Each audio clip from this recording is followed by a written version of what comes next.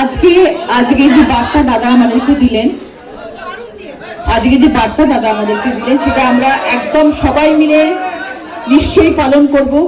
কারণ আমরা সবাই, আবারও বলছি, দাদা যেগুলো বলেছেন, আমরা দলের জন্য আছি, আমরা দলকে জেতাবই এবং 2026-এ আবার তৃণমূল আসবে, এই লক্ষ্যের দিকে তাকিয়ে আমরা কিন্তু এগিয়ে যাব, আমরা কাজ করব।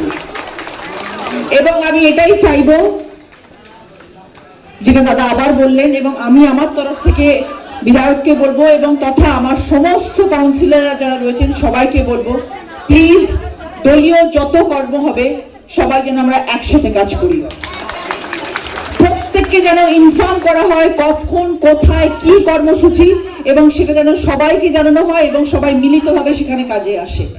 যদি কেউ না আসতে পারলো সেটা আলাদা কথা, কিন্তু এই কমপ্লেনটা যেন আমাদের কাছে না আসে যে আমাদেরকে জানানো হয়নি, এটা যেন না হয়। আলোচনা করতে আসছেন তুমি যদি মিটিংটা যদি নষ্ট করতে যাও আলাদা, ঠিক আছে? আচ্ছা, একটা হোয়াটসঅ্যাপ গ্রুপ করো তোমাদের বিধানসভা, কোনো লাভ নেই, সেটাই তো বলছি। হোয়াটসঅ্যাপে একজন, এইটা কি চুচুড়া বিধানসভা একটা হোয়াটসঅ্যাপ গ্রুপ করো, কাউকে বল সেই হোয়াটসঅ্যাপ গ্রুপে এমপি এমএলএ জেলার যত যা যা ইম্পর্টেন্ট লোক আছে সেই হোয়াটসঅ্যাপ গ্রুপ করে দাও, তাতে মেসেজ দিয়ে দাও, তাও তো হয়ে যাবে, হয়ে গেল।